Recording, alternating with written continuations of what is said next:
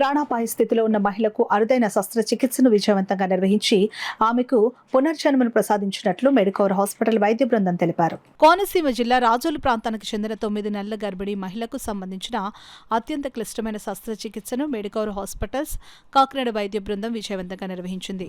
గర్భధారణ చివరి దశలో మెదడులో నీటి ఒత్తిడి పెరగడంతో కుటుంబ సభ్యులు ఆమెను రాజోలు నుంచి మెడికవర్ హాస్పిటల్స్ కాకినాడకు తరలించారు. గర్భిణీ స్త్రీ హాస్పిటల్కు వచ్చేసరికి ఆమెకు తీవ్రమైన తలనొప్పి, వాంతులు, చూపు మసకబారడం వంటి లక్షణాలు కనిపించాయి.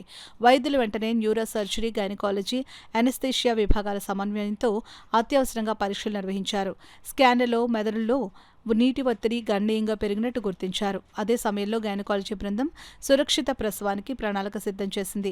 తల్లి, శిశువు ప్రాణాలను కాపాడేందుకు అత్యంత జాగ్రత్తలతో ప్రత్యేక వైద్య బృందం రూపొందించబడింది.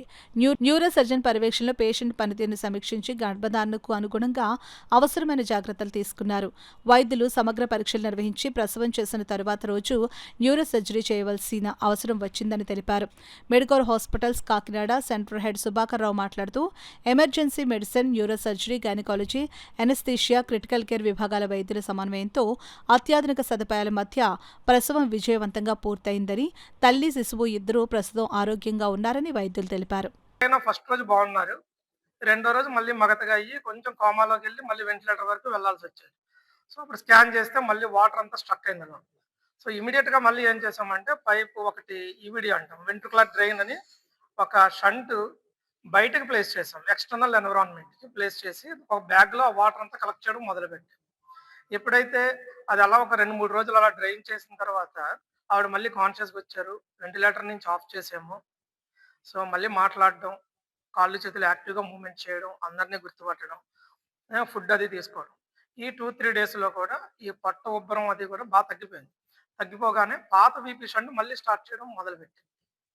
ఎప్పుడైతే ఆ పాత బీపీ షంట్ మళ్ళీ బానే పనిచేసిందో, సో కొత్తగా వేసిన ఆ ట్యూబ్ దాని అవసరం లేకుండా అయిపోయింది. సో ఆ కొత్త ట్యూబ్‌ని రిమూవ్ చేసేసాం. సో ఇప్పుడు ఆల్‌మోస్ట్ 1 వీక్ అవుతుంది ఆవిడకి. 1 వీక్ పైనే అవుతుంది. సో ఇప్పుడైతే యాక్టివ్‌గా నడుస్తున్నారు, మాట్లాడుతున్నారు, అన్నీ తింటున్నారు.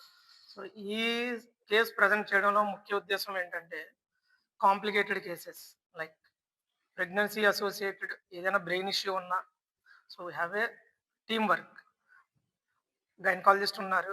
మళ్ళీ ఎక్స్‌పీరియన్స్‌డ్ మనకి ఇంటెన్సివిస్ట్ అరవింద్ గారు ఉన్నారు ఇక్కడ. మళ్ళీ న్యూరో సర్జరీ పరంగా నేనున్నాను.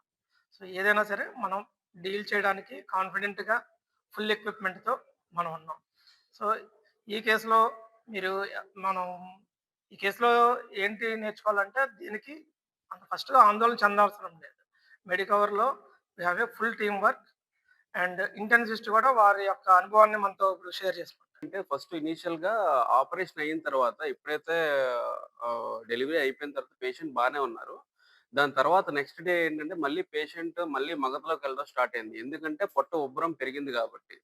దాన్ని మేము సరైన టైంలో వెంటనే గుర్తుపట్టి మన న్యూరో సర్జరీ డాక్టర్ గారికి ఇన్ఫార్మ్ చేయడం జరిగింది. సో, ఆయన వెంటనే ఆపరేషన్ థియేటర్‌కి తీసుకెళ్ళి ఆపరేషన్ కూడా చేయడం జరిగింది. సో, పేషెంట్ ఏంటంటే దాని తర్వాత మగతంతా ఇంప్రూవ్ అయింది. మగతంతా నార్మల్ అయిపోయారు. గుర్తుపట్టడం స్టార్ట్ అయింది. సో, ఇక్కడేంటంటే ఈ పేషెంట్‌కి తలలో ప్రెషర్ పెరిగినప్పుడు ఫిట్స్ వచ్చే ఛాన్స్, కోమాలోకెళ్ళే ఛాన్స్ ఇవన్నీ ఉంటాయి. సో, అవన్నీ మనం ముందుగానే డిటెక్ట్ చేయడం వల్ల, గుర్తుపట్టడం వల్ల అవన్నీ ఆపగలిగాం.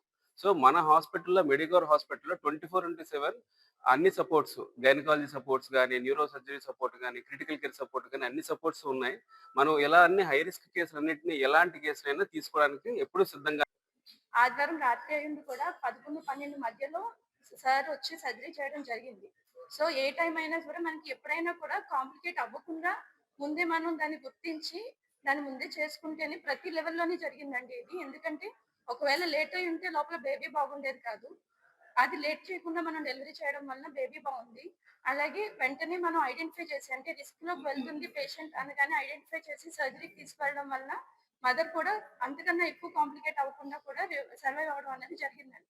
సో, ఎప్పుడైనా కూడా హై రిస్క్ వచ్చినప్పుడు టీమ్ వర్క్ అండ్ అప్రోప్రియేట్‌గా అంటే టైంకి మనం స్పందించి నెక్స్ట్ కాంప్లికేషన్ రాకుండా చూసుకుంటే గనక అది సక్సెస్‌ఫుల్‌గా మనం డీల్ చేయొచ్చండి. అది అన్నది ఈ కేస్ ద్వారా మనకి అర్థమవుతుంది. ఎటువంటి హై రిస్క్ కేస్ అయినా కూడా మొత్తం అన్ని డిపార్ట్మెంట్స్ ఇక్కడ మెడికవర్‌లో అవైలబుల్ ఉన్నాయండి. So, mother and child unit అన్నది హై రిస్క్ ప్రెగ్నెన్సీ ఐదర్ మదర్‌కి గాని, బేబీకి గాని ఏ రిస్క్ ఉన్నా కూడా ఇక్కడ అన్ని విధాల సదుపాయాలు